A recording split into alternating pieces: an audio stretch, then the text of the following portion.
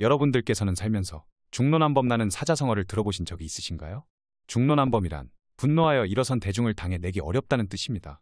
그런데 여기 프리미어리그에도 분노하여 일어선 구단의 팬들이 있습니다. 바로 손흥민의 토트넘 팬들입니다. 현재 토트넘 팬들은 클린스만 감독에게 화를 내고 있습니다. 토트넘에서는 북런던 더비 때도 손흥민을 빼는데 베트남과 친선전에서는 안 빼는 게 말이 안 된다는 겁니다. 위르겐 클린스만 감독이 지휘하는 축구대표팀은 피파 랭킹 95위 베트남을 맞아 6대0 승리를 거뒀습니다. 10월 안방에서 2승을 수확한 한국은 A매치 3연승을 거뒀습니다. 이 경기에서는 손흥민의 출전 여부가 가장 큰 관심사였습니다. 사타구니 통증이 있는 손흥민은 귀국 후 3일 연속 팀 훈련에 불참했고 결국 손흥민은 튀니지전 결장했습니다. 주장이 없는 가운데 김민재가 대신 완장을 찼습니다. 한국은 이강인의 멀티골에 힘입어 튀니지를 4대0으로 대파했습니다. 이후 약체 베트남을 상대로 손흥민이 굳이 뛸 필요가 있겠냐는 주장도 제기됐습니다. 하지만 손흥민은 난 경기 욕심이 많은 선수라며 출전을 희망했습니다. 계속 여러 가지 이야기가 나왔지만 결국 클린스만 감독은 베트남전 손흥민을 투톱 선발로 세웠습니다. 손흥민은 경기 내내 날카로운 모습을 보였고 손흥민은 후반 5분 날카로운 크로스로 베트남의 자책골을 만들어냈습니다. 뿐만 아니라 손흥민은 오른발로 추가골을 뽑았습니다. 하지만 결국 사달이 났습니다. 네 번째 실점 후 손흥민을 막던 부위 호앙비에라 있는 손흥민에게 위험한 태클을 걸어 다이렉트 레드카드를 받았습니다. 손흥민에게 자칫 큰 부상을 입힐 수 있는 위험한 플레이였고 실제로 손흥민은 전반이 끝나고 절뚝이며 우려를 자아내기도 했습니다. 하지만 클린스만은 손흥민을 끝까지 뛰도록 했습니다. 이미 승부가 난 상황에서 100%가 아닌 손흥민을 제대로 관리해주지 않았습니다. 더구나 골까지 뽑은 손흥민이 더 보여줄 것도 없는 상황이었습니다. 이날 풀타임을 소화한 이유에 대해서 클린스만 감독은 손흥민 본인이 90분을 다 뛰길 바랬고 선수 본인이 근육 문제가 없다고 했다고 전했습니다. 그러면서 60분 뛰고 나서 괜찮다고 해서 풀타임을 소화한 것이고 그가 90분을 뛰어서 기쁘다고 설명했습니다.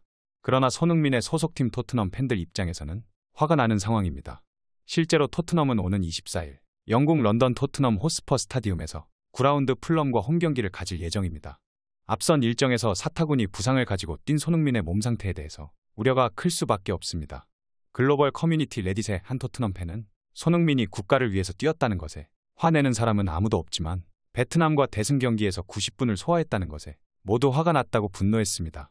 다른 팬은 손흥민이 수술대에 올라서도 내가 뛴다고 자청할 사람이라며 물론 그의 마음은 알겠으나 클린스만 감독이 90분을 뛰게 한 것이 잘못된 일이라고 지적했습니다. 이어 한 토트넘 팬은 NG 포스테코글루 토트넘 감독과 비교해보면 그는 아스날과 2대2 상황에서 손흥민을 뺀 반면 클린스만은 대승을 거두고 있는 친선전에서 손흥민을 풀로 뛰게 했다고 강조했습니다. 이렇게 클린스만이 손흥민을 혹사시켰다는 지적이 나오고 있는 가운데 손흥민이 맨시티의 주포인 엘링 홀란드보다 더 낫다는 평가가 나왔습니다. 홀란드는 현재 잉글랜드 프리미어리그에서 8골로 득점 선두를 질주하고 있습니다. 바로 밑이 손흥민인데 손흥민은 6골을 기록 중입니다. 이 상황은 극적인 반전입니다. 해리 케인이 바이에른 뮌헨으로 이적하면서 원톱은 히샬리송의 차지였습니다. 그러나 히샬리송이 침묵하자 손흥민이 스트라이커로 보직을 변경했습니다. 손흥민이 골퍼레이드로 홀란드를 턱 밑에서 추격하고 있습니다. 손흥민은 2021-2022 시즌 아시아 선수 최초로 EPL 득점왕을 거머쥐었고 지난 시즌 맨시티의 둥지를 튼 홀란드는 첫 해 36골을 터뜨리며 골든부트를 수상했습니다. EPL 전문가인 돈 허치스는 ESPN을 통해 홀란드가 최고의 기량을 갖고 있다고 말할 수는 없고 시즌 첫 8경기에서 놀라운 모습을 보인 사람은 손흥민이라고 강조했습니다. 아직 시즌 초반이지만 토트넘은 2023-2024 시즌 EPL 8라운드 현재 선두를 달리고 있습니다. 6승 2무, 승점 20점으로 1패도 없습니다. 토트넘과 승점이 똑같은 아스널은 다득점에서 밀려 2위에 자리하고 있고 맨시티와 리버풀은 3위와 4위에 위치하고 있습니다. 엔제 포스테코글루 감독의 혁신의 시작은 손흥민 주장 선임이었습니다. 손흥민은 주연보다는 조연을 자처하며 따뜻한 리더십으로 선수들을 하나로 묶었습니다.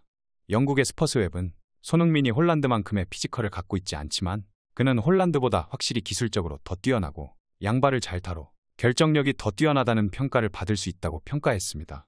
이 매체는 홀란드는 부족한 점이 있고 대부분 경기에서 골을 넣을 사람만 필요한 맨시티에서 뛰고 있다고 강조했습니다. 그러면서 홀란드의 득점 능력과 골잡이의 본능은 의심의 여지가 없지만 지금 홀란드는 로멜루 루카쿠보다 나은 것이 없다고 홀란드를 평가했습니다. 손흥민에 대해서는 홀란드와 같은 피지컬을 가지고 있지 않지만 손흥민은 확실히 기술적으로 홀란드보다 더 낫고 비록 손흥민이 홀란드가 하는 것처럼 박스 안에서 득점 기회를 노리지는 않지만 양발로 더 나은 마무리를 한다고 주장할 수 있다고 강조했습니다. 축구 전문가로 활동하고 있는 미국 대표팀 출신 수비수 야뉴스 미칼리크도 최근 ESPN을 통해 올 시즌 EPL 최고의 활약을 펼친 선수들을 꼽았는데 손흥민을 홀란드보다 높은 순위에 위치시켰습니다. 그 이유로 미칼리크는 손흥민이 실제로 홀란드보다 낫고 나는 손흥민이 해낸 일을 사랑한다고 전했습니다. 이어 그는 손흥민이 EPL 득점왕에 오른 시즌 이후 내가 생각한 대로 하고 있고 내 생각에 손흥민은 EPL 최고의 선수라고 강조했습니다. 그러면서 손흥민이 증명하고 있어 기쁘다고 전했습니다. 이렇게 손흥민의 평가가 홀란드를 압도하자 위기감을 느낀 맨시티가 움직이기 시작했습니다. 맨시티는 음바페를 영입해 홀란드의 파트너로 만들어 축구 생태계를 파괴하겠다는 계획입니다. BBC는 킬리안 음바페가 엘링 홀란드와 함께 프리미어리그에서 활약할 가능성이 높아졌다고 보도했습니다. 매체는 맨체스터 시티가 음바페의 영입에 나설 가능성이 높아졌고 겨울 이적 시장서 맨시티가 본격적으로 나설 것이며 1월에 영입을 위한 움직임이 구체적으로 나타날 것이라고 전했습니다. 이강인의 동료인 음바페는 지난 시즌이 끝난 뒤 PSG와 재계약을 놓고 실랑이를 벌이다 프리시즌 명단 제외와 2군 훈련 등 시련을 겪었습니다. 하지만 시즌이 시작된 후 PSG가 부진하자 음바페가 해결사로 나설 수밖에 없었습니다. 음바페는 이번 시즌 단숨에 7골로 프랑스 리그 1득점 선두를 질주하고 있습니다. 음바페는 현재 최고 선수 중 한 명으로 평가받고 있는데 특히 홀란드와 강력한 라이벌 구도를 만들고 있습니다. 음바페는 이미 어린 나이에 강한 임팩트를 남기고 있고 PSG 역대 최다 득점자에 올랐으며 프랑스 대표팀에선 캡틴의 역할까지 맡고 있습니다. 2018 러시아 월드컵에서는 프랑스 대표팀과 함께 우승을 차지하기도 했으며 아르헨티나와의 결승전에서는 해트트릭을 기록하는 등 메시와 대결을 벌이기도 했습니다.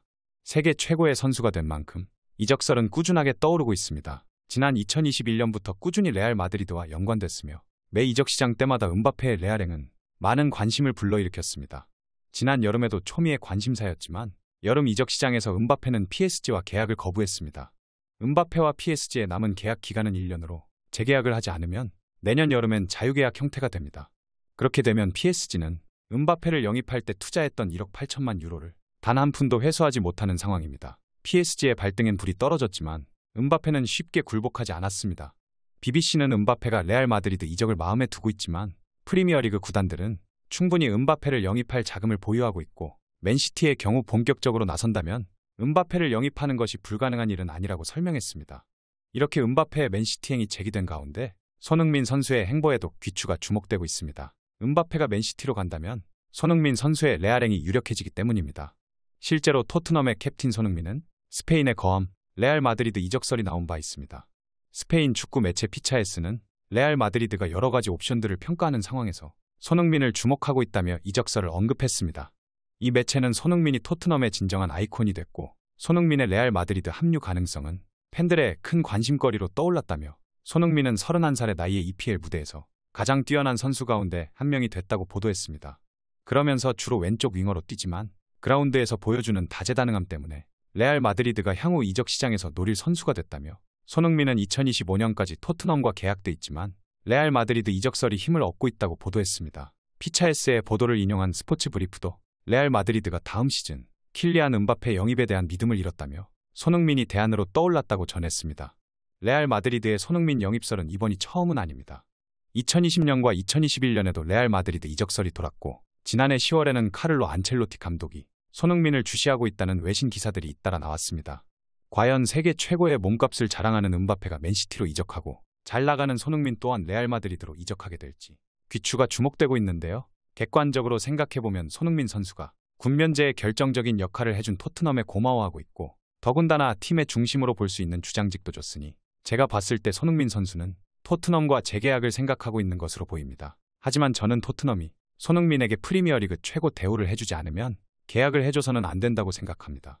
여태까지 손흥민 선수는 충분히 토트넘의 은혜를 갚았습니다. 그렇기에 이제는 손흥민 선수도 자신의 가치를 인정해주는 구단으로 가도 됩니다. 하지만 솔직히 어느 팀이든 간에 다른 리그로 이적하면 텃세 부리는 선수들이 나올 테고 환경이나 커뮤니케이션 등 적응에 애를 먹을 수도 있습니다.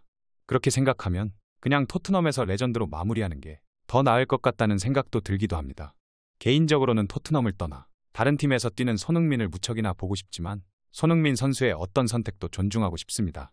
현재는 충분히 잘하고 있으니 급하게 생각하지 말고 최대한 자신의 가치를 끌어올려 계약해 행복하게 축구하길 응원하겠습니다. 오늘 전해드릴 소식은 여기까지입니다. 페페TV 시청자 여러분은 어떻게 생각하세요? 페페TV는 여러분의 생각이 궁금합니다. 댓글로 여러분의 생각을 남겨주세요. 여러분 행복한 일은 매일 있습니다. 아무도 당신에게 상처 줄 자격이 없습니다. 다른 사람들이 아무렇게나 던지는 말에 상처받지 말고 오늘도 세상에서 가장 소중한 당신에게 잘해주기로 약속해요. 가장 큰 성공은 행복한 당신입니다. 그럼 다음 영상에서 봬요. 감사합니다.